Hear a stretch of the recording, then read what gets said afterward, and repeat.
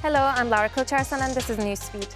The conversation online is still dominated by Gaza. There is cautious hope that the guns may finally stay silent as Palestinians begin the long, painful process of rebuilding their lives. And with the ceasefire comes a wave of homecomings as Israel and Hamas exchange their prisoners.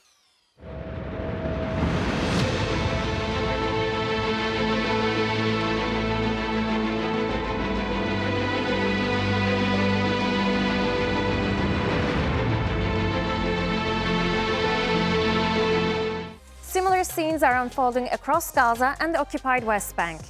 This is all part of the first phase of US President Donald Trump's 20-point peace plan. Nearly 2,000 Palestinian detainees have been released, some after spending decades in Israeli prisons. In return, the last 20 living Israeli hostages have been freed. In this latest swap, about 250 Palestinians were political prisoners, serving lengthy or life sentences. The other, about 1,700 detainees, had been held without charge for 2 years. Before the exchange, official figures showed more than 11,000 Palestinians were being held in Israeli prisons. Civilians made up most of them, many detained without any judicial process, including medical and media workers. Among the prisoners were about 400 children and just over 50 women. But not everyone gets to go home. Some of those released now face deportation or exile. At least 154 Palestinians freed under the latest deal were sent to Egypt. Others released in January ended up in countries like Tunisia and Algeria. Critics say the practice is inhumane and illegal. Meanwhile, tens of thousands of Gazans are streaming back to their neighborhoods, searching for what's left of their homes. It's a bittersweet return. Much of the strip is now reduced to rubble. But after being displaced multiple times, many say they're just grateful to be back, even if all that remains are dust, rocks, and memories. Hello everyone, this is my home. As you can see, this one is my home and this one is my relative home. As you can see, everything destroyed here. And I am finally in my homeland and I am so tired. We don't have any place to live now, but we are having a safe place. I don't know what to say, my friend. Look, everything destroyed here. Everything. تكاليف المواصلات معناش إن ندفع نرجع على بيوتنا مواصلة. قررنا نرجع مشي على الأطفال. والله ماشي راجعين الحمد لله. ليش بدنا نسافر؟ لكن راجعين الحمد لله ناقصين ماشي كاملين. بس صراحة لما تروح جهة الإنسان بدنا يقول إيش اللي إحنا فيه. فيش لا مية ولا حياة ولا دور ولا شوارع ولا جبال. كل دور جبال فوق بعض. مش عارفين كيف نعيش. But as Gaza begins to rebuild, the global fallout over Israel's actions continues. Some of the UK's biggest studios and screen organizations have received a legal warning over the film industry's boycott of Israeli institutions. The letter from UK Lawyers for Israel claims the boycott breaches the Equality Act. That's the law protecting against racism and discriminatory treatment in Britain. The letter argues the boycott singles out some groups based on ethnicity or religion, making it discriminatory. It also warns the move could affect film financing and insurance, and that studios, agents, and producers could face legal or funding risks if they support it. The boycott, organized by Film Workers for Palestine, has been signed by more than 5,000 industry professionals, pledging not to work with Israeli film organizations they say are implicated in genocide and oppression. Gen Z protests have brought down another government, this time in Madagascar. President Andry Rajoelina has become the latest leader to step down after weeks of youth-led demonstrations. By Wednesday, the military who supported Rajoelina's rise to power in 2009 had seized power. They say elections will be held within 2 years and promise to form a government that includes young people. The first demand people talk about is mostly about dignity. That means ending corruption, answering basic needs, water, electricity, jobs, security, and the freedom to speak. Young people see themselves as the generation with nothing left to lose, and that gives them power. They feel abandoned because no jobs, no decent school, no future. But they have decided to fight for more. Many are grown connected to the internet, watching how young people in other parts of the world stood up, Indonesia, Nepal, Iraq. So this movement showed that when youth unite, they can shake the entire system. If we are just talking about Madagascar, in 1 day of protest, they fired the Minister of Energy. In 3 days of protest, they fired the whole government. So we won't stop until he fires himself. Behind the headlines are millions of people who want to see the same as everyone else in the world: justice, fairness, and hope. This movement is not about chaos, it's about reclaiming our country's future before it is too late. Analysts say what's happening in Madagascar could spread across Africa as young people are harnessing the power of social media to demand change and make it happen. It is what it is, folks. In the past, we didn't know what was happening in other parts of the world in real time, and the majority of the people weren't educated. That time is gone. 30 years ago, most Africans weren't as interested in the politics of their countries like it is now.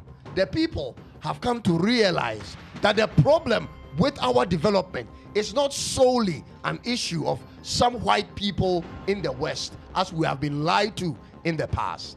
It is now clear, ladies and gentlemen, that mismanagement, corruption, lack of ideas, and nepotism are actually the main stumbling blocks to our nation's development in Africa. This is why the youth are standing up all over the world. And it's so naive on the part of politicians, especially African politicians, to think that they can shut down these things when the people arise. You can't. Your army and police can't. They know and see what's happening in the country, and they take sides from time to time. It's been almost 2 weeks since Taylor Swift dropped her 12th studio album, The Life of a Showgirl. It opened huge, selling more than 4 million units in its first week, breaking a modern-era sales record. But whether you're a fan, a hater, or someone who doesn't even care about her, the backlash online has been impossible to miss. Headlines have called it rushed, hollow, and even a masterpiece of cringe. Many say Swift, once known for meticulous storytelling, sounds stuck and needs a break from her non-stop release cycle to rediscover her spark. But it's not just the music sparking outbursts. Even some die-hard Swifties say this time she's lost them. The reasons vary and pile up fast.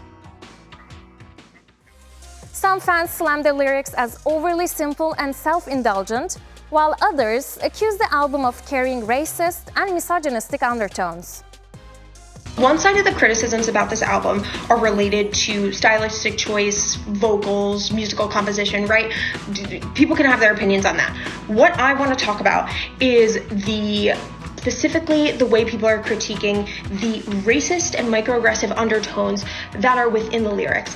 And a large majority of the people calling that out and noticing that are Black women and people of color.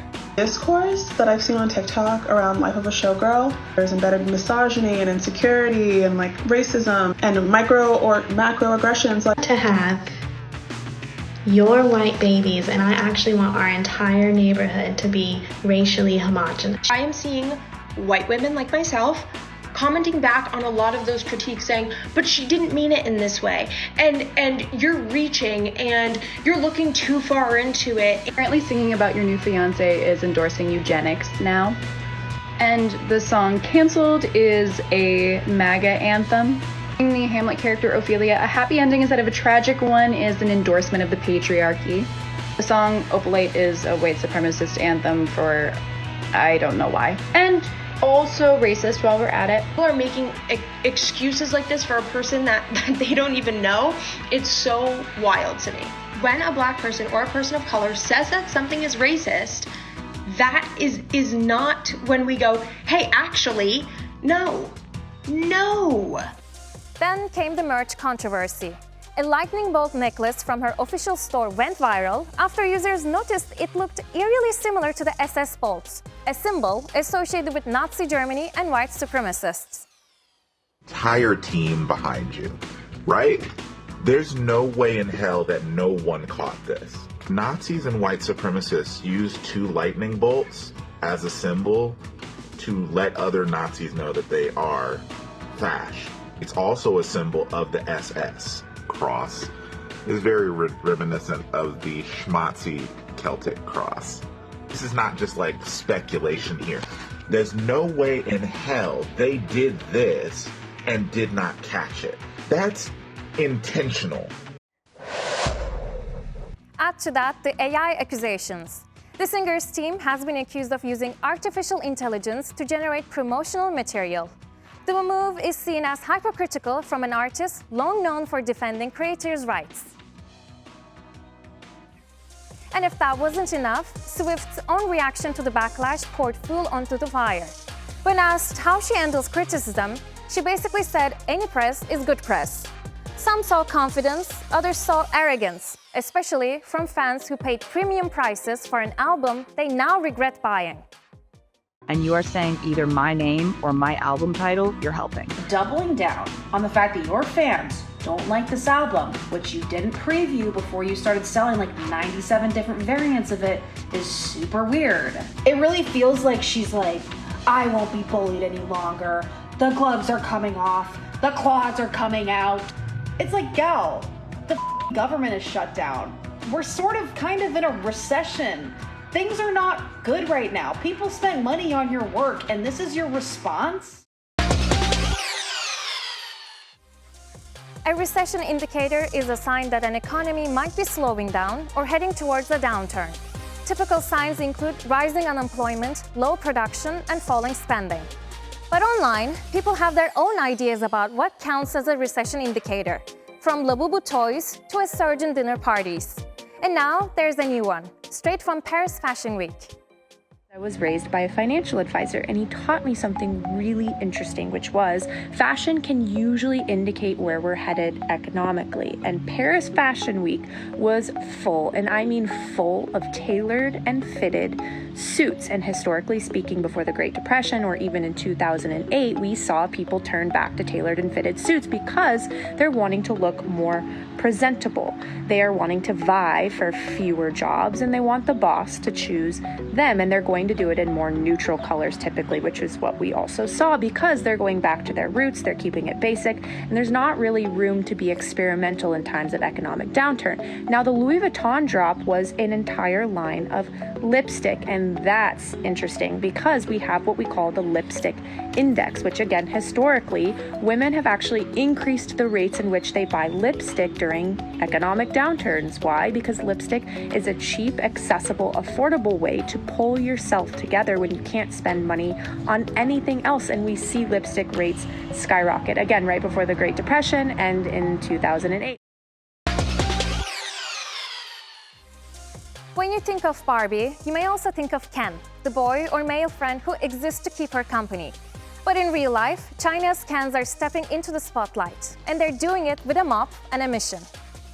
Feminism in China is on a different level. A lot of wealthy Chinese ladies are staying single, or at least they don't want the traditional relationships. So they will hire what is called a Ken. Helps you with chores, goes shopping with you, and provides you a lot of time emotional support. And believe it or not, this is a real service industry. These guys are totally professional. They are fit, tall, over 6 feet, emotionally stable, gentle, and detail-oriented. They can cook, clean, tidy up, drive, even pick up your kids from school. They will never argue with you and will be available anytime to meet your needs. And that's our show. Find our latest stuff on YouTube and do subscribe to our channel. See you soon.